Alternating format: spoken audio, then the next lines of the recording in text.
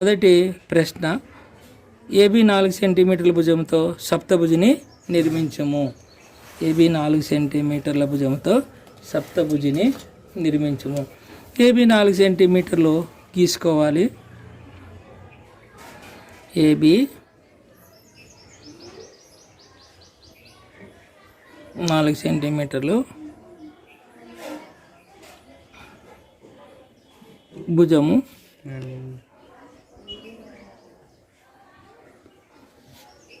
తర్వాత ఏబికి లంబం ఏర్పాటు చేయాలి.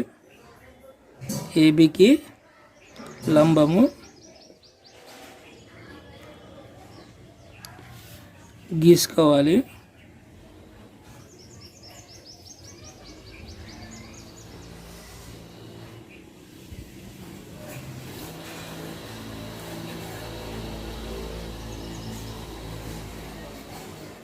ఏబిలో సగము తీసుకొని చాపము గీసుకొని 4 అని పేరు పెట్టుకోవాలి.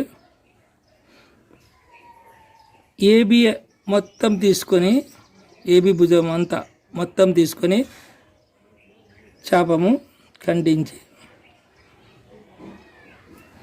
6 అని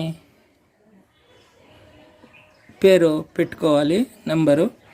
తర్వాత 6ను 4ను సమద్విఖండన చేసి 6ను 4ను సమద్విఖండన చేసి 6ను 4ను సమద్విఖండన చేయగా 5 నంబరు వస్తుంది.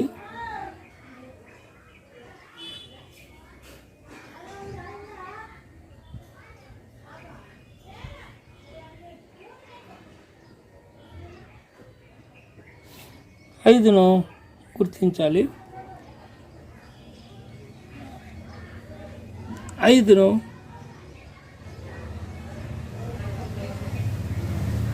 మరలా పైకి ఒకసారి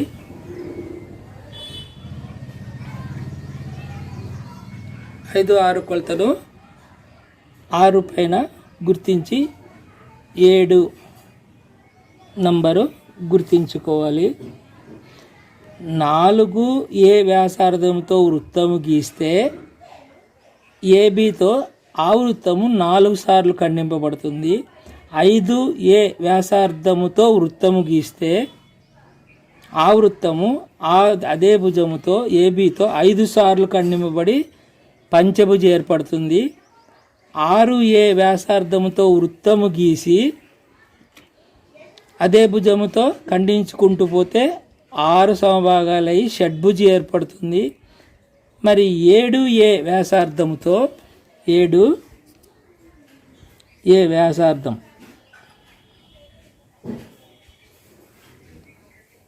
7A వ్యాసార్థంతో వృత్తము గీస్తే వృత్తము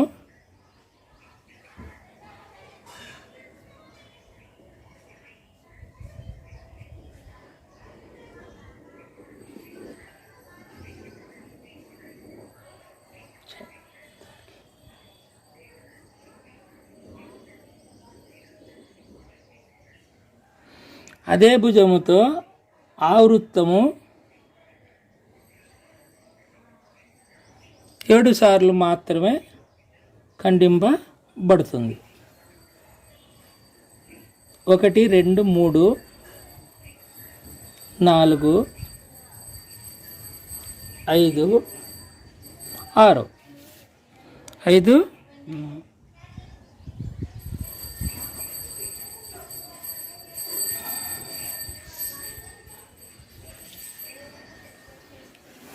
A B C D E F G ఖండన బిందువులు ఏర్పడినాయి. సిడిఈఎఫ్జి ఖండన బిందువులు ఏర్పడినాయి. ఏబిసిడీలను కలిపితే కావలసిన సప్తభుజి ఏర్పడినది. ఏబిసిడిఈలను ఎఫ్జిలను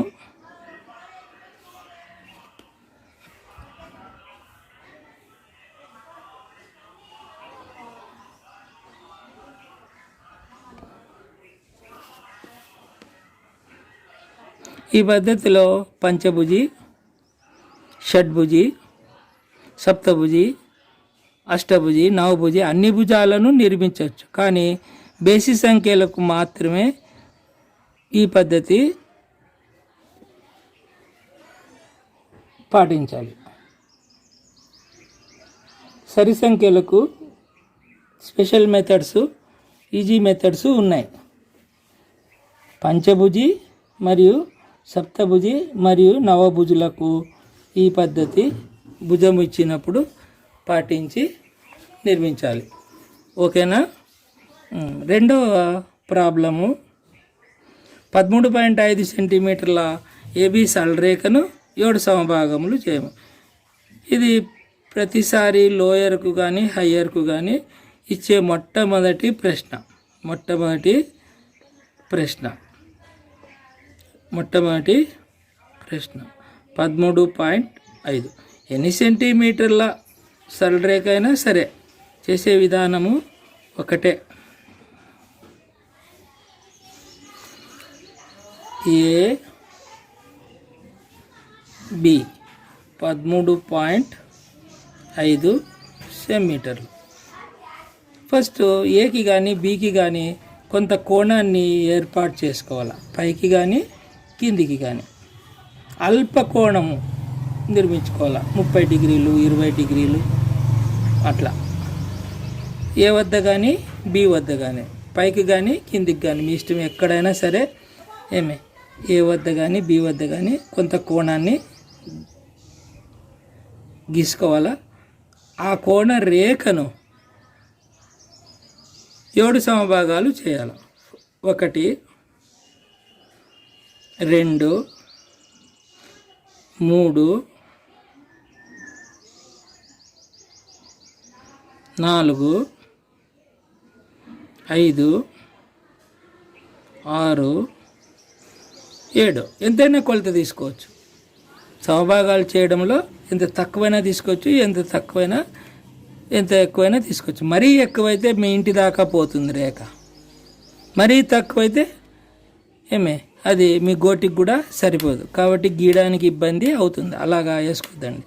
చూసుకొని ఈ రేఖకు కొద్దిగా అటు ఇటు సరిపోయేలాగున భాగాలు చేసుకోండి. నెంబరింగ్ ఇచ్చుకోండి. నెంబర్ 1, 2, 3, 4, 5, 6, 7 7 సమభాగాలు చేసాము. దీన్ని కదా చేయాల్సిండేది ఏబి సరళరేఖను. మరి కోణాన్ని చేసి కానీ ఇది చేయడానికి రాదు. కోణాన్ని ఫస్ట్ 7 సమభాగాలు చేసాము. తర్వాత 7వ భాగాన్ని బికి కలుపుతున్నాము. 7వ భాగాన్ని బికి కలిపేసినాము. 7 అనే నంబరు ఏర్పాటు చేసాము. 6, 7, 6, 5, 4, 3, 2, 1 రావాలి కదా. ఇప్పుడు సమాంతర రేఖలు గీయడానికి మనకేమున్నాయి? సెట్ స్క్వేర్స్, మూలమట్టాలు ఉన్నాయి.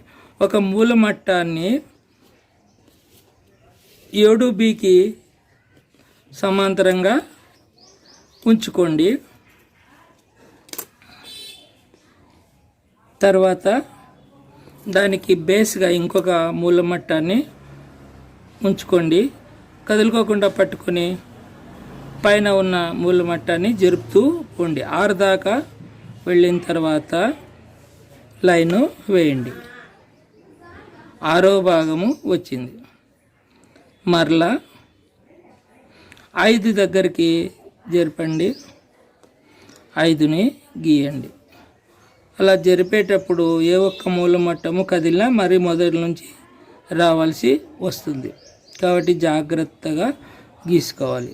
నెంబర్ 4 తర్వాత నెంబర్ 3, నెంబర్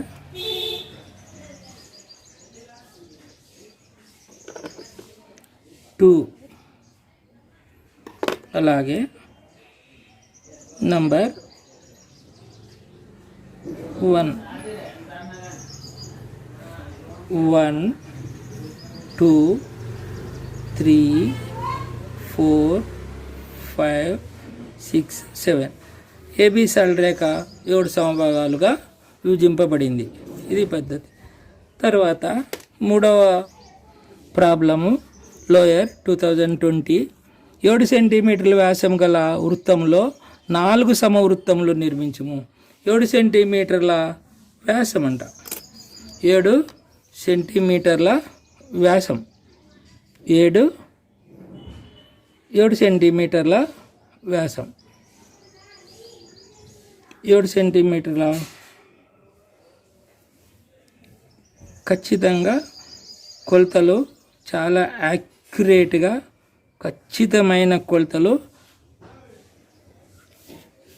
తీసుకోవాలి. ఖచ్చితమైన కొలతలు తీసుకోవాలి. వ్యాసం అన్నారు కాబట్టి మధ్యలో గీసుకున్నాం. 7 సెంటీమీటర్లు.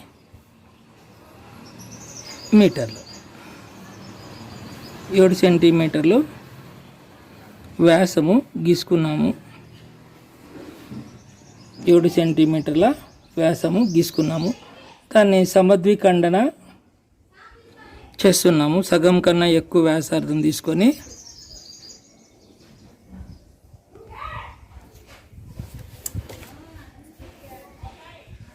ఎందుకు వ్యాసార్థం కనుక్కుంటున్నాము. దాన్ని 2 భాగాలు చేసి వ్యాసార్థాన్ని కనుగొని తర్వాత వృత్తం గీయాల. వ్యాసం ఇచ్చినప్పుడు వ్యాసార్థం కనుగొనాలా. వ్యాసార్థమే ఇస్తే పర్వాలేదు, డైరెక్ట్గా గీసుకోవచ్చు. ఓకేనా? సెంటర్ వచ్చిందా వ్యాసార్థం. 7లో అర్థం 3.5 వస్తుంది. ఒకేసారి 3.5 పెట్టుకొని గీయచ్చు. అట్లా గీస్తే ఒప్పుకోరు. వ్యాసమే ఇచ్చారు కదా, వ్యాసమే గీసి వ్యాసాన్ని సగం చేసుకొని అంటే సమద్విఖండనం చేసి సెంటర్ పాయింట్ కనుగొని తర్వాత వృత్తం గీసుకున్నాము. ఇప్పుడు వృత్తంలో 4 సమవృత్తములు గీయము. అంటే వృత్తాన్ని 4 భాగాలు చేయడం. వృత్తాన్ని 4 భాగాలు, 6 భాగాలు, 12 భాగాలు చేయడము ఇంతకుముందు జామెట్రికల్ కన్స్ట్రక్షన్స్లో బేసిక్ కన్స్ట్రక్షన్స్లో ఇచ్చాము. బేసిక్ కన్స్ట్రక్షన్స్లో నేను యూట్యూబ్ ఛానల్లో పెట్టాను. అవి చూసుకోండి బాగా జాగ్రత్తగా. పార్ట్ 1, పార్ట్ 2, పార్ట్ 3 జాగ్రత్తగా బేసిక్ కన్స్ట్రక్షన్స్ చూసుకుంటే మొత్తం జామెట్రీ అంతా చేయొచ్చు. అవి సరిగా రాలేదంటే జామెట్రికల్ కన్స్ట్రక్షన్స్ ఏవి రావు. అవి బేసిక్స్. అవి బేసిక్ కన్స్ట్రక్షన్స్. వృత్తాన్ని 4 భాగాలు, 6 భాగాలు, 8 భాగాలు చేయడం రాలంటే ఏమీ రాదు. అదే మాదిరే అన్ని జామెట్రికల్ ఫిగర్స్ని సమభాగాలు చేయడము రావాలా. ఓకేనా? సరే, 4 భాగాలు చేసినట్లే కదా. ఫస్ట్ ఎట్లా 2 భాగాలు అయింది, వ్యాసం గీసాము. వ్యాసాన్ని సమద్విఖండన కూడా చేసాము ఆల్రెడీ. అంటే ఎన్ని భాగాలు అయినట్లా? 4 భాగాలు అయిపోయింది ఆల్రెడీ. అంటే ఒకసారి అడ్డు గీత, ఒకసారి నిలువు గీత కదా, ప్లస్ అంతే. ఓకే, 4 భాగాలు. ఒక్కొక్క భాగంలో ఒక్కొక్క వృత్తం గీస్తే అయిపోయాయి. అంటే ఒక్కొక్క 4 సెక్టార్లు ఏర్పడినాయి. వృత్తంలో 4 సెక్టార్లు ఏర్పడినాయి. 1, 2, 3, 4. ఒక సెక్టర్, ఇంకొక సెక్టర్, ఇంకొక సెక్టర్, 4 సెక్టర్లు. 4 సెక్టర్లో 4 వృత్తాలు గీస్తే అయిపోయింది. మరి సెక్టర్లో వృత్తం గీయడం కూడా మనము బేసిక్ కన్స్ట్రక్షన్స్లో చెప్పినాం. అంటే సెక్టార్ను త్రిభుజంగా మార్చుకోవాలి. సెక్టార్ను త్రిభుజంగా మార్చుకోవాలి. ఫస్ట్ సెక్టార్ను సెక్టార్లో ఉండే ఒక కోణాన్ని సమద్విఖండన చేస్తాం. సమద్విఖండన చేస్తాం.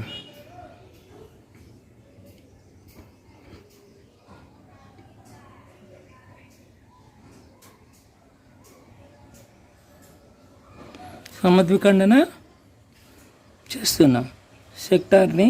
సెక్టార్లో ఉండే కోణాన్ని, ఒక కోణాన్ని సమద్విఖండన చేస్తున్నాం. ఇంకొక సెక్టార్ని కూడా అట్లే సమద్విఖండన చేస్తున్నాం.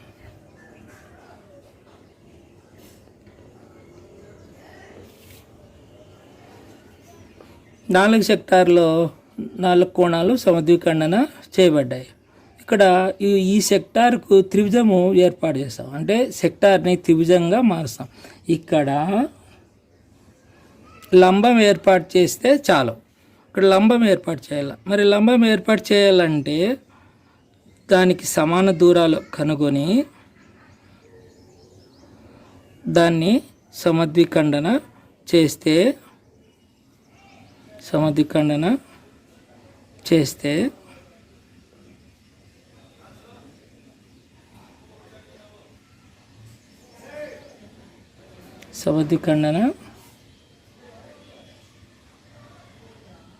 చూడండి, ఇది సమాన దూరాలు.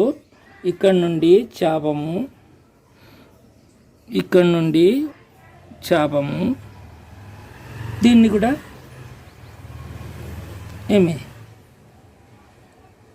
ఈ వైపు కూడా గీసుకోవాలి కదా. చాపం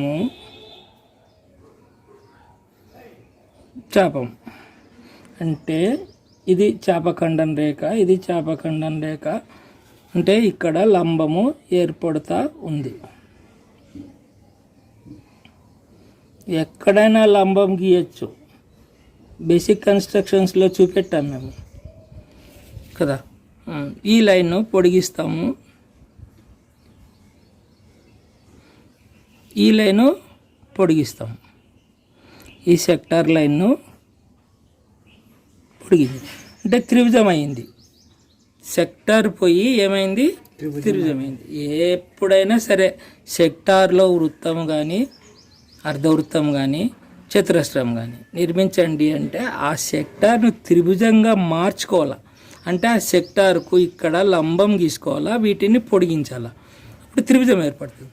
త్రిభుజంలో వృత్తం గీయచ్చు, త్రిభుజంలో అర్ధవృత్తం గీయచ్చు, త్రిభుజంలో చతురస్రము గీయచ్చు.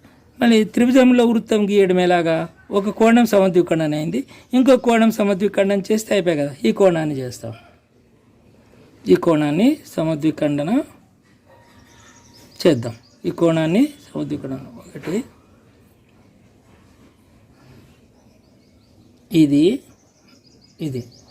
ఇది కదా కోణం. ఓకే, కొద్ది దూరంగా పోయి చేసుకోవచ్చు, కొద్ది దూరంగా పోయి చేసుకోవచ్చు, కొద్ది దగ్గరికి రావచ్చు, మీ ఇష్టం, ఎక్కడైనా చేసుకోండి.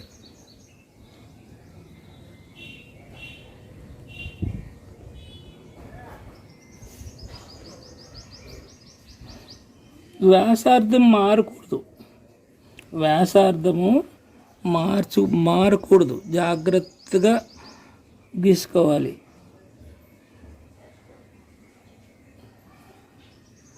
ఓకే, కోణ సమద్విఖండన చేస్తున్నాము.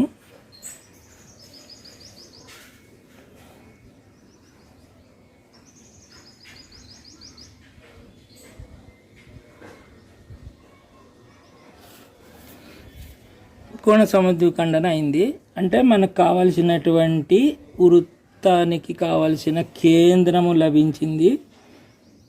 కేంద్రం నుండి లంబము కూడా ఆల్రెడీ ఉంది. అంటే కేంద్రం నుండి కేంద్రం ఓపి వ్యాసార్థంతో వృత్తం గీస్తే అయిపోయింది. మరి ఈ సెంటర్స్ అన్ని సెక్టార్లలో కూడా మార్క్ చేసుకోవాలి.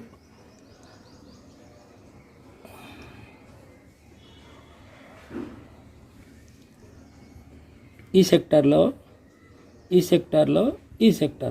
సెక్టార్లోన కేంద్రాలు వచ్చినాయి. ఇక్కడ ఇంకొక ఇక్కడ ఒక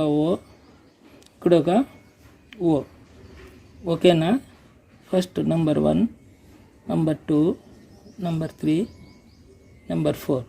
ఇక్కడ వృత్తం గీసేస్తాం ఓపి వ్యాసార్థంతో.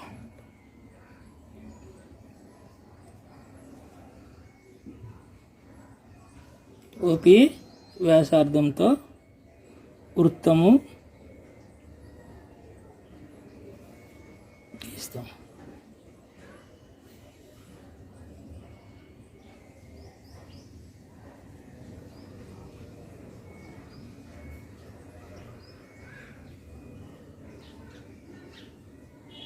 ఒక వృత్తం అయిపోయింది.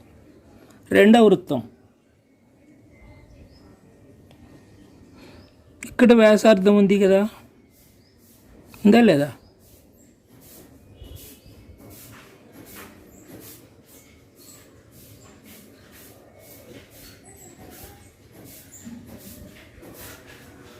ఇంకొక వృత్తం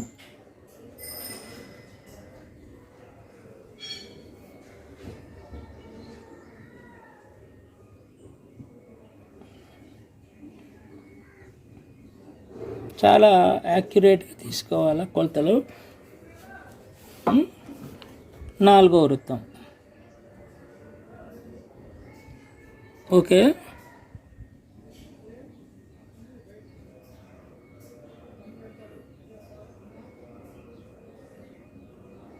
నాలుగు సమవృత్తాలు వృత్తాన్ని తాకునట్లు ఒకదాంతో ఒకటి తాకినట్లు నిర్మాణము చేసేసాం.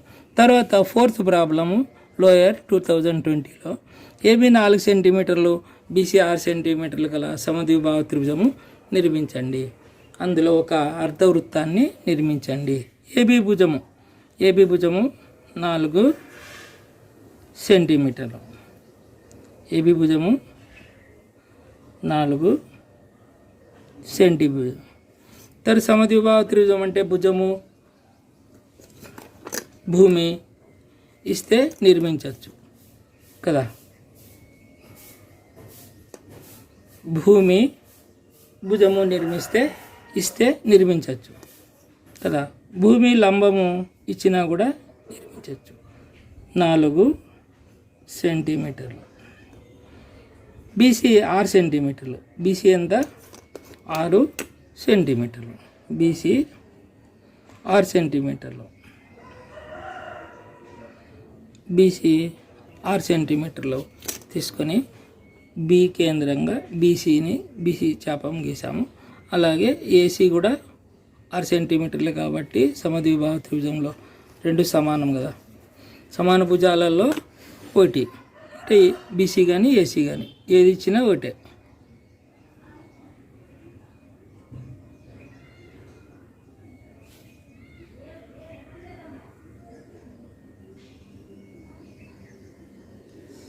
సమద్విబాహు త్రిభుజము ఏర్పడింది.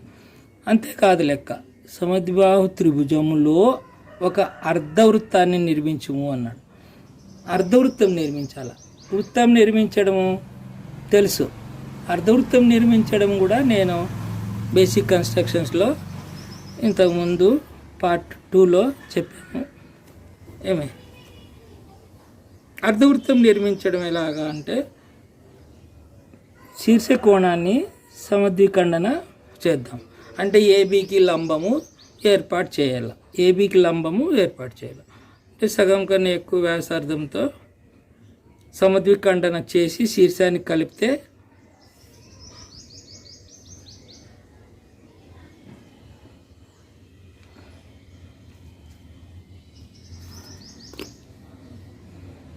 లంబము గీస్తున్నాము.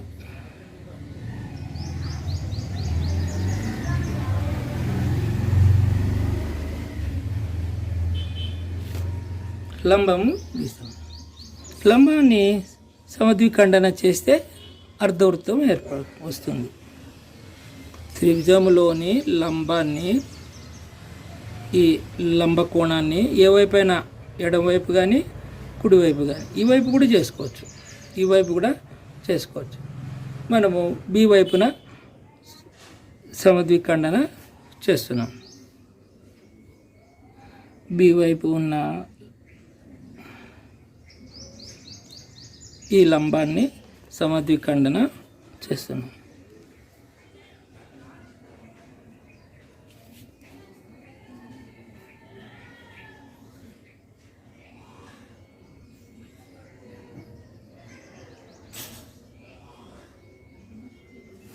ఓకే.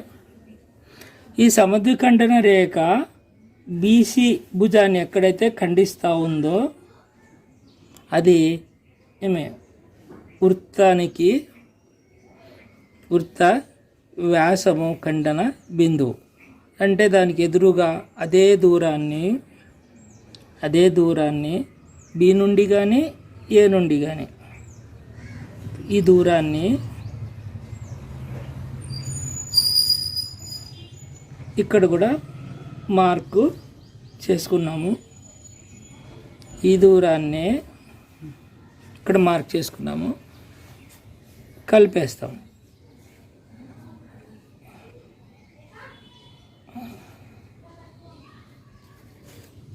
అర్ధవృత్తం యొక్క కేంద్రము దొరికింది. అర్ధవృత్తం నిర్మాణానికి కావలసిన కేంద్రము దొరికింది. లంబము సిద్ధంగా ఉంది. లంబము రెడీగా ఉంది. లంబము ఉంది.